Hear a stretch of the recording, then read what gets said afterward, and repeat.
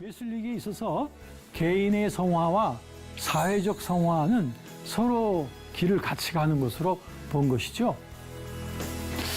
자, 이것이 바로 하나님 사랑과 이웃 사랑에 대한 그리스도인의 최대의 과제라고 본 것이죠. 이것이 없이는 참다운 행복의 길이 아니다. 그러므로 하나님께 대한 사랑이 첫 번째고, 두 번째는 그 사랑 가지고 또 이웃과 사회를 사랑하는 것이다. 이것이 웨슬리의 주된 메시지였던 것이고, 그런 웨슬리의 가르침을 그의 제자들이 받게 된 거예요. 그래서 웨슬리의 제자들 중에는 목회자들이나 선교사들만 있는 것이 아니라 각계 각층의 전문인들이 정말 많았습니다. 그 사람들이 웨슬리의 메시지를 받고, 그리고 자기가 있는 그 사회 속에서 개혁의 일, 사회 변혁의 일을 하기 시작한 거예요. 그것이 웨슬리의 부흥운동이 결국 영국 사회 전체를 크게 변화시키는 그런 사회적인 변혁의 열매로 나타나게 됐던 것이죠. 그래서 웨슬리 부흥운동을 통하여 나타나게 된 그 사회적인 결과들이 정말 많이 있습니다. 엄청나게 많이 있는데, 그 중에 몇 가지들을 보면 노예제도에 관한 개혁이 웨슬리로 인하여 많이 촉진이 되어졌고요. 영국에서 이제 일반인들을 위한 대중교육, 특별인들이 아니라 일반인들, 또 중하류층을 위한 대중교육, 이런 것들도 웨슬리 부흥운동의 결과. 그 다음에 교도소의 개혁운동이 일어나고요. 그 외에도 자유로운 약국들도 웨슬리 부흥운동에 의해서 최초로 생기게 됐고, 그 외에 YMCA, 구세군, 이런 것들이 다 웨슬리 부흥운동으로 인하여 일어난 사회적인 활동과 그 기구들인 것을 볼 수가 있어요. 여기에 대해서 웨슬리의 부흥운동이 끼친 그 영향이 너무나 크기 때문에 모든 걸 다 말씀드릴 수는 없습니다. 이 노예제도에 대해서도 웨슬리 자신이 노예제도에 대해서 반대하는 그런 논문을 그가 썼거든요. 그런데 그가 쓴 그 논문과 그의 강의에 대해서 많은 사람들이 영향을 받게 됐죠. 그러면서 결국에는 영국 내에서 노예 해방령이 일어나게 되고, 또 나아가서 미국에서도 여러분 알다시피 에이브라함 링컨 대통령의 그러한 적극적인 그러한 천명 속에서 이런 노예에 대한 해방의 선언들이 또 갖춰지게 된 것을 보게 됩니다. 또 그렇게 되어지는 그 과정 속에는 여러 계속적인 그런 이어지는 그런 영향력의 전달들이 있는 것이죠. 그런데 어쨌든 미국과 영국 등지에서 노예가 해방되어지는데 웨슬리가 끼친 영향이 적지 않다라고 볼 수 있는 거고요. 또 대중교육 아까 말씀드렸죠. 그 다음에 존 하워드를 말씀을 드리면, 존 하워드도 역시 웨슬리의 제자 중에 한 사람입니다. 그는 특별히 교도소가 죄인들을 다루는 것이 너무나 척박하고 너무 열악한 그런 상황이기 때문에 최소한의 그 인간적인 대우도 받지 못하고 있는 그런 열악한 교도소의 환경을 개혁해 나가는데, 웨슬리는 이 존 하워드와 함께 애를 많이 썼습니다. 이런 것은 벌써 웨슬리가 전에부터 이런 곳을 많이 찾아다니면서 사회의 구석진 곳들, 또 암울하고 억눌린 곳들을 찾아다니면서 구제 사역을 많이 했거든요.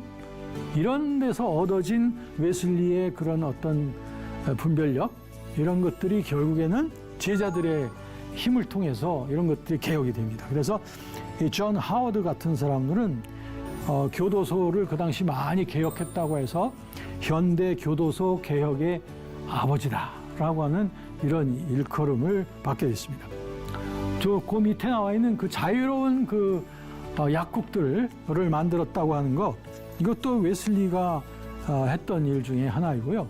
그리고 YMCA나 구세군, 아까 말씀드린 대로 이런 것들이 결국 웨슬리의 그런 정신을 통해서 시작이 돼서 결국엔 사회의 개혁을 위해서, 사회 변혁을 위해서 활동하는 이런 기관이 되는 것이죠. 자, 여러분 이렇게 볼 때 아까 제가 말씀드렸듯이 웨슬리의 영적 부흥, 영적 각성을 위한 그 운동이 개인에서만 끝난 것이 아니고 결국 잠자고 있는 영국 교회를 깨우는 각성 운동이 됐고, 그리고 영국 교회가 갱신되어질 뿐 아니라 서로들 교파가 서로 틀려도 서로들 같이 연합할 수 있는 하나의 일치적인 교회 의식을 갖게 됐다는 점, 그리고 더 나아가서 사회 전반에 걸쳐서 웨슬리의 부흥운동은 사회 변혁에 커다란 열매를 맺게 됐다는 것. 이와 같은 웨슬리가 사회의 각계각층을 면밀히 관찰하면서 그들의 니드를 살폈던 그의 관찰, 그리고 하나님의 보편적 사랑이 결국엔 사회 구석진 곳곳까지 다 미쳐야 된다고 보는 그의 확신. 그러기 위해서는 무엇보다도 개개인들이 먼저 그리스도인의 완전, 즉 영적 준비되어진 상태 속에서 하나님 사랑과 이웃 사랑의 준비가 돼야 된다는 것. 그렇게 될 때 그 준비되어진 그 교회와 함께 사회를 변혁시켜 나갈 수 있다고 하는 것. 이것이 오늘날까지 그리스도인들의 그 사회적 책임을 우리가 중시하고 또 필요로 하고 있는 오늘날을 위한 아주 매우 중요한 메시지가 거기에 담겨져 있는데, 그 웨슬리 부운동을 통해서 얻어진 그 핵심적인 메시지를 저는 이렇게 세 가지로 함축할 수 있다고 봅니다. 하나는 개인적인 것, 하나의 공동체적인 것, 하나의 사회적인 것입니다. 이 세 가지의 핵심 가치가 잘 나타나게 되어질 때 우리들은 그것을 부흥이라고 말하기에 손색이 없다. 그럼 개인적으로 볼 때는 이런 부흥의 가치가 뭐냐? 그건 신자의 회개라는 거예요. 신자들이 더 깊은 회개 속으로 들어간다는 거예요. 더 깊은 각성을 갖게 된다는 거죠. 계속 몇 주간에 걸쳐서 있었던 그 에스베리 대학교의 그런 그 기도와 찬양에 연속되어진 그러한 것이 오늘날 세계의 많은 기독교인들에게 커다란 위로를 주었는데요. 그것이 하나의 개인적으로 보면 repentance of believers, 신자들이 더 깊은 회개 속으로 들어가는 그 현장이 바로 에스베리 그 현장이었다라고 말할 수 있습니다. 그런데 그와 같은 기도와 회개와 각성운동이 거기에서만 끝나는 것이 아니라 그것이 다른 대학교로도 확산이 되어져 가고 다른 교회에도 이와 같은 운동들이 일어나게 되고 한다면 그것이 하나의 교회의 갱신과 일치로 이어져가는 부흥의 핵심 가치의 의미가 있는 것이다 하는 거죠. 그런데 이제 그것에서 우리가 좀 더 기대해야 되는 것은 뭐냐면, 그렇다면 교회가 새로워지고 하나가 되어질 때는 교회가 몸담고 있는 그 세계 속에서 교회의 힘이 나타나게 되는 건데, 그것은 갱신되어지고 일치되어진 교회를 통하여 결국 사회 변혁이 일어나게 됩니다. 예수님께서 마태복음 5장 16절에 너희는 세상의 빛이라고 말씀하시고 소금이라고 말씀하셨지 않습니까? 이것이 사회 변혁으로의 열매로서 나타나게 되는 거예요. 우리가 역사적으로 볼 때 부흥이었다, 시대적인 부흥이었다라고 우리가 평가하는 그런 운동에는 항상 이 세 가지의 이런 요소들이 풍요롭게 증거되어졌던 것을 우리가 보고, 그것은 부흥이었다, 영속적인 영향을 미치는 부흥이었다라고 이렇게 말하게 되는 거죠.